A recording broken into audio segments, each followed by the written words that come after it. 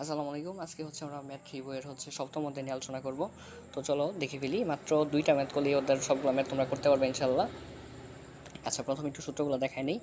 এই অধ্যায়টা হচ্ছে অধ্যায়ের নাম হচ্ছে সামুদ্রিক ঘনবস্তুর ও সিলিন্ডারের পৃষ্ঠের ক্ষেত্রফল এবং আয়তন। অর্থাৎ এই যে সামুদ্রিক আকৃতির যে ঘনবস্তু আছে এবং সিলিন্ডার আকৃতির যে ঘনবস্তু আছে, এগুলোর হচ্ছে আমরা কি করব, পৃষ্ঠের ক্ষেত্রফল আয়তন টায়তন বের করবো আর কি। ঠিক আছে, সিলিন্ডার কীরকম, সামুদ্রিক ঘনবস্তু তো এরকম হয় সেটা জানোই। সিলিন্ডার কীরকম হয়, এই যে পাইপ আছে না, পাইপ আকৃতির যে জিনিসপত্রগুলো থাকে এগুলো সিলিন্ডার বলে। এই পাইপ কি ফাঁপাও থাকতে পারে, আবার কি পুরোটা নিরেট বা ভরাও থাকতে পারে। ঠিক আছে, তো এই পাইপ আকৃতির যেরকম জিনিসপত্র আছে এগুলো সিলিন্ডার। ফাঁপাও থাকলে ফাঁপা, আর যদি ভরা থাকে ভরা, দুইভাবে আর কি হিসাব করতে হয়।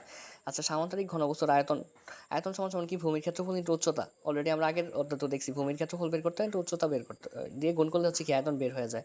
ঠিক আছে, এখান থেকে শুধু ক নাম্বার সূত্র শিখলেই হবে। সিলিন্ডার আয়তন, সিলিন্ডার আয়তন কি হবে, সিলিন্ডার আয়তন সূত্র সেম, ভূমির ক্ষেত্রফল ইন্টু উচ্চতা। আচ্ছা, সিলিন্ডার কি আকৃতির হয় বলতো? সিলিন্ডারের ভূমিটা কি বৃত্তাকৃতির থাকে না? তাহলে এই যে ভূমির ক্ষেত্রফল মানে কি, এই ভূমির বৃত্তাকৃতির ক্ষেত্রফল ইন্টু এটার উচ্চতা গুণ করলে কি এটা আয়তন বের হয়ে যাবে। ঠিক আছে। আচ্ছা, ভূমির ক্ষেত্রফলের সূত্র হবে কি, এটা যেহেতু বৃত্তাকৃতি তাহলে বৃত্তের ক্ষেত্রফলের সূত্র কি, পাই আর স্কোয়ার ইন্টু, আর এটার উচ্চতা কত, এইচ, তাহলে পাই আর স্কোয়ার গুণন এইচ ঘন একক। ঠিক আছে।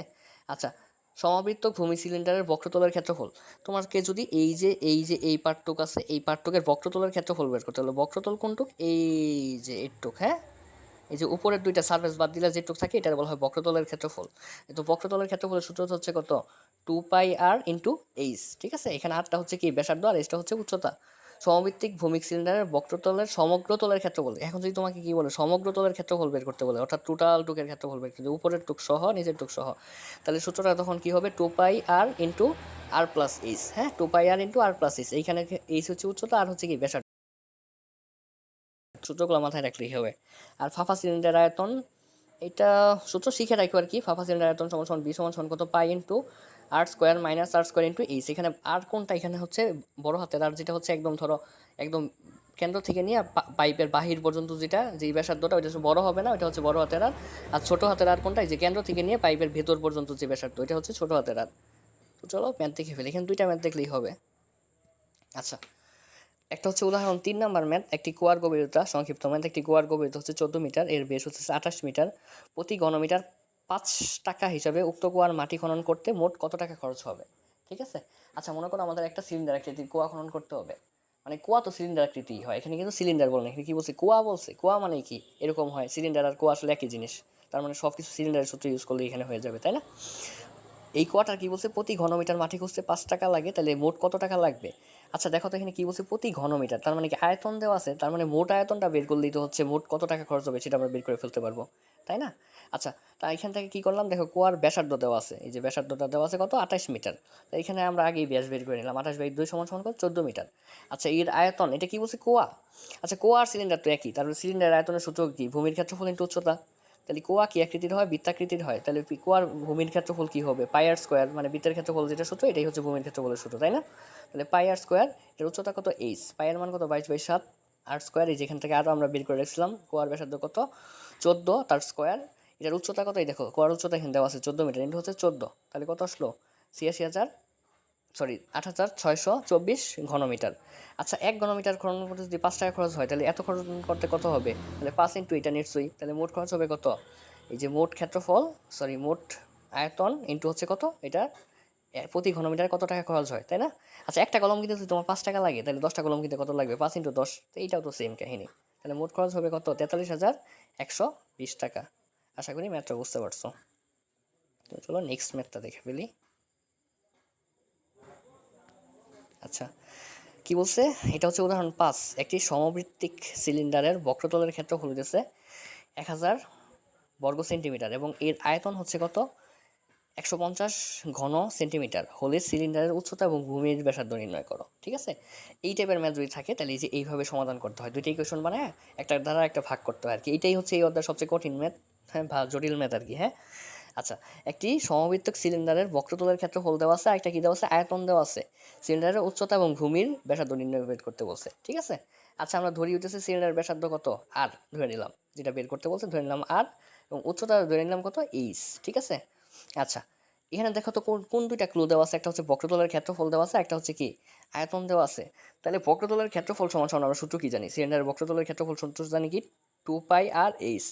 তার মানে বক্রতলের ক্ষেত্রফলটা দেওয়া আছে তো, তাই না? এই যে দেখো তো বক্রতলের ক্ষেত্রফল দেওয়া আছে না 100 বর্গ সেন্টিমিটার। তার মানে আমরা শর্ত মতে লিখতে পারি কি 2πr/h সমান কত 100। এটা একটা ইকুয়েশন দিয়ে রেখে দিলাম।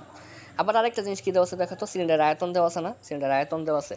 তাহলে সিলিন্ডার আয়তন সমান কত দেখো তো, ভূমির ক্ষেত্রফল ইন্টু উচ্চতা। আমরা জানি সিলিন্ডার আয়তনের সূত্র হচ্ছে কি ভূমির ক্ষেত্রফল ইন্টু উচ্চতা। তাহলে লিখতে পারি কত πr² ইন্টু h। ভূমির ক্ষেত্রফলের সূত্র কি πr² ইন্টু h, কত দেওয়া আছে একটু সমান 150। এই 150 এটা নিয়ে কি করলাম, আরেকটা ইকুয়েশন লিখলাম, দুইটা ইকুয়েশন লিখলাম। এখন দেখো তো এইখানে কি কিসের মান নাই, এখানে আমরা কিসের মান জানি না। 2 আর পাই এর মান তো জানি, আর এর মান জানি না, আর এইচ এর মান জানি না। আর এই সূত্রে দেখো তো কিসের মান জানি না, এই সূত্রে হচ্ছে শুধু কি পায়ের মান জানি, সরি আর এর মান জানি না, এইচ এর মান জানি না। তার মানে দুইটা সমীকরণ আছে, দুইটা আননোন মান আছে। তার মানে কি একটা দ্বারা একটা ভাগ করলে কি এখান থেকে যে কোনো একটার মান বের হয়ে আসবে, তাই না? আর পরে ওই মানটা আরেকটা সমীকরণ যে কোনো একটা সমীকরণে বসাই দিয়ে কি ওই মানটাও বের হয়ে আসবে। তাহলে আমরা কি করলাম, এখানে কোন সমীকরণটা বড় বলো তো, এটা বড় না এটা বড়? দেখো এটা 150 বড়, এটা 100 ছোট। তার মানে কি 2 নং সমীকরণটা বড় বলতে পারি আমরা। তাহলে কি করলাম, 2 নং সমীকরণ ভাগ হচ্ছে 1 নং সমীকরণ, ঠিক আছে? তাহলে 2 ভাগ 1, তাহলে 2 উপরে 1 নিচে, তাহলে 2 এই পার্টটা উপরে, বাম পাশের পার্টটা উপরে, ডান পাশের পার্টটা নিচে, সেমভাবে এদিকেও সেম। তাহলে 2 কত আছে πr²h, আর 1 নম্বরের কত আছে দেখো তো 2πr/h। এই যে 2πr/h ভাগ আকারে লিখে দিলাম। এই পাশেও সেম কাহিনী, 2 নাম্বার ভাগ 1 নাম্বার দিছি। তাহলে হচ্ছে 150, উপরে হচ্ছে কত 150 আর নিচে হচ্ছে কত 100। ঠিক আছে, এখান থেকে দেখো কী কাটা চলে যায়, এই পাই দিয়ে এই পাই কাটা চলে যায়, এই এইচ দিয়ে এই এইচ কাটা চলে যায়, এই আর দিয়ে উপরে r² থেকে কাটা চলে যায়, এখানে উপরে একটা আর থাকে। তাহলে উপরে শুধু রইল কি একটা আর নিচে রইল কি শুধু 2। এদিকে 150/100।